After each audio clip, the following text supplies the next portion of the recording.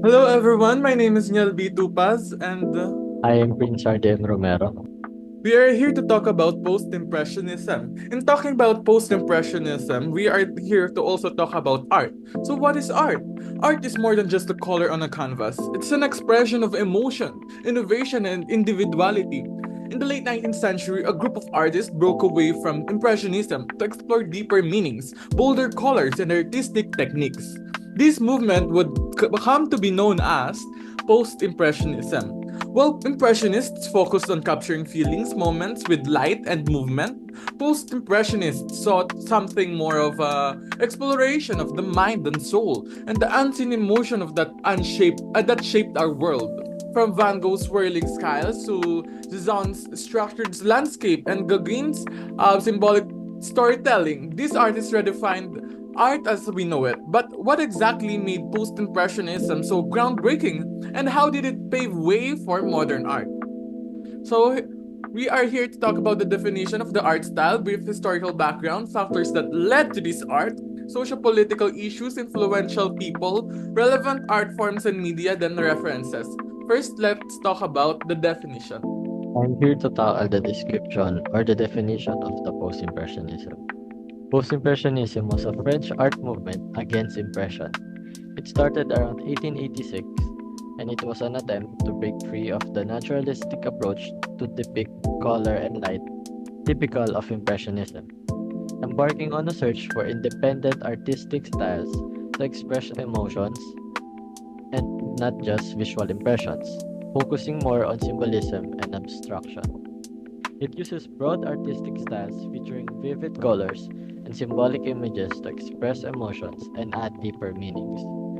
The movement ushered in an era during which painting transcended its traditional role as a window into the world and became a window into the artist's mind and soul. It ended around 1905 with artists like George Seurat, Vincent van Gogh, Paul Gauguin, and Paul Cézanne leading this movement. These artists and others started to reject Impressionism's limitations by inclining towards an emphasis on geometric or distorted forms and opting for more unnatural colors to which they attributed strong emotional meaning. An art critic, Roger Fry, was the first person to use the term post-impressionism in 1906 as a blunt term to describe a variety of works departing from impressionism produced in the last decades of the century. Next. So now we are here to talk about the brief historical background of post-impressionism. The emergence of the post-impressionism began at the late 1880s when artists started to diverge from impressionism. Simplified colors and definite forms became prominent, signaling a major shift in the art world.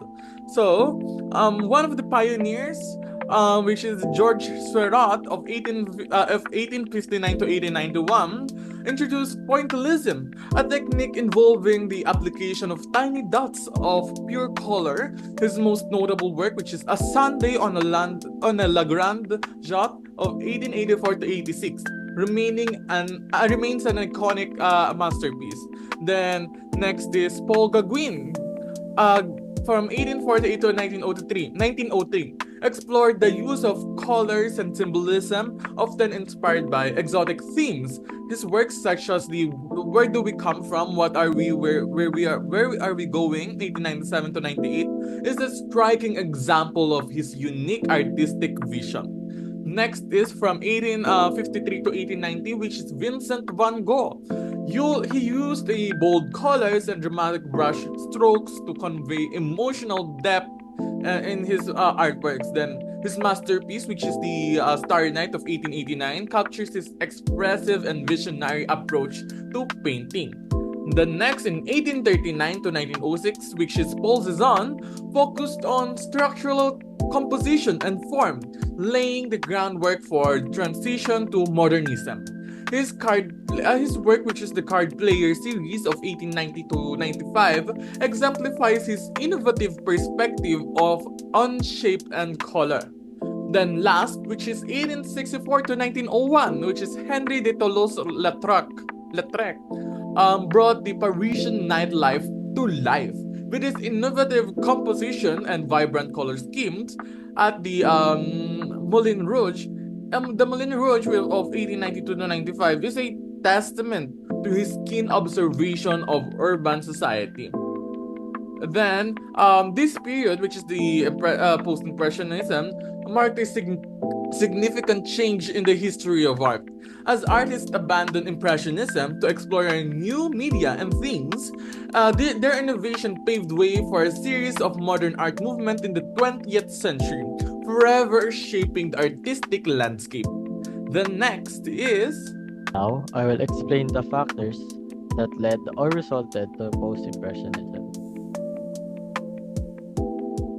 These factors are the changing society, photography, and expression. First, changing society. The artists started questioning old rules on what art should really look like and what should they cover. It was an era where Impressionism was the style of most paintings. The second is photography. It challenged the artist to think of something that captures a beautiful scene accurately. It pushed artists to explore new creative avenues beyond mere representation. Lastly, expression. These artists searched for new ways to express their ideas clearly.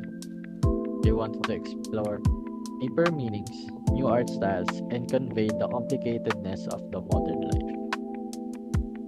Next. Next, we are here to talk about the socio-political issues. Let's first talk about the industrial and urbanization. The Industrial Revolution radically transformed Europe society by the late 19th century. The urbanization, factory labor, and social inequality were among its outcomes. Massive migration from rural areas to cities like Berlin, Paris, and London led to overcrowding, poor sanitation, and harsh working conditions, including long hours and also child labor. The artist named Vincent van Gogh captured the emotional consequences of modern life in his work, in his artwork, which is the Night Cafe of 1888. He used bold colors like red, yellow, and green to convey isolation and desolation. Van Gogh himself described the cafe as a place where one might go mad or commit a crime. Then next is colonialism and exoticism. Meanwhile, in European powers like England or any other European countries expanded their colonial empires across Asia, the Pacific, and Africa. While often justified by economic interests or missionary work and the notion of European superiority, colonialism resulted in cultural destruction, exploitation, and resistance from native population. An example of an artwork, which is this one from Paul Gauguin, is the "Where do we come from, what are we, and where are we going?" Is a perfect example of what has happened during the colonial era. The next is, let's talk about the influential artists and their artwork. The first artist that we are to talk about is Vincent van Gogh from 1853 to 1890. He was a Dutch painter whose work significantly influenced modern art. His bold use of color, aggressive brushwork, and emotional depth paved the way for Expressionism. Mythologized as the quintessential tortured artist, his letters provided insights to his struggles and genius. One of his most famous artworks, which is Wheat Field with Crowds in 1890, which is created by Vincent during the July of 1890. It is located at the Van Gogh Museum, Amsterdam. The next is the Starry Night of 1889. It is also located at the Museum of Modern Art, New York. Then the Starry Night over the Rhone of 1888, located at the Musée d'Orsay, Paris. Then the next artist that we are to talk about is Paul Cézanne. Paul Cézanne, one of the most important post-impressionists. He shaped and developed of the modern art, especially Cubism. His emphasis on the structure and form redefined painting conventions and influenced artists like Picasso and Matisse. One of his most famous artworks is The Card Players of 1890. It's also located at the Musée d'Orsay, Paris. Mont Saint Victoire, the series of 1882 to 1906, also located at Musée d'Orsay, Paris. Then the Bathurst of 1898 to 1905. It is located in Philadelphia Museum of Art in Philadelphia, United States. Then last is Paul Gauguin. He was a French painter, sculptor, and print maker who attempted to depict a spiritual and emotional condition in a primitive way. Renowned for his self-imposed exile in Tahiti and his association with Vincent van Gogh, Gauguin's work falls under the post-impressionism, synthetism, and the symbolism. Many early 20th century avant-garde artists found inspiration in his works. He is best known for his Tahitian paintings. Gauguin sought an unspoiled artistic muse outside of France. His art is marked by simplified forms, bold outlines, and vibrant and unnatural colors influenced by folk and non-European culture. Despite his artistic contribution, Gauguin struggled financially and personally. He spent his final years in the Marquesas Island continuing to paint and write until his death in 1903. His impact, however, lives on in movements like Fauvism and Expressionism. This is all his artworks, which is Where Do We Come From? What Are We? Where Are We Going? 1897, located at the Museum of Fine Arts in Boston. Then Vision After Sermon, Jacob Wrestling with the Angel of 1888, located at the Museum of Fine Arts in Boston. Then Tahitian Woman on the Beach of 1891, located at the Musée d'Orsay, Paris. Next. Now let's look at some prevalent art forms and media of the post-impressionism era. These are some paintings from the post-impressionism era. These paintings are characterized by vivid colors and symbolic imagery, focusing more on abstract emotions and concepts than realism. The artists used dynamic, impulsive brushwork to create distorted forms that challenge perception and evoke emotional responses.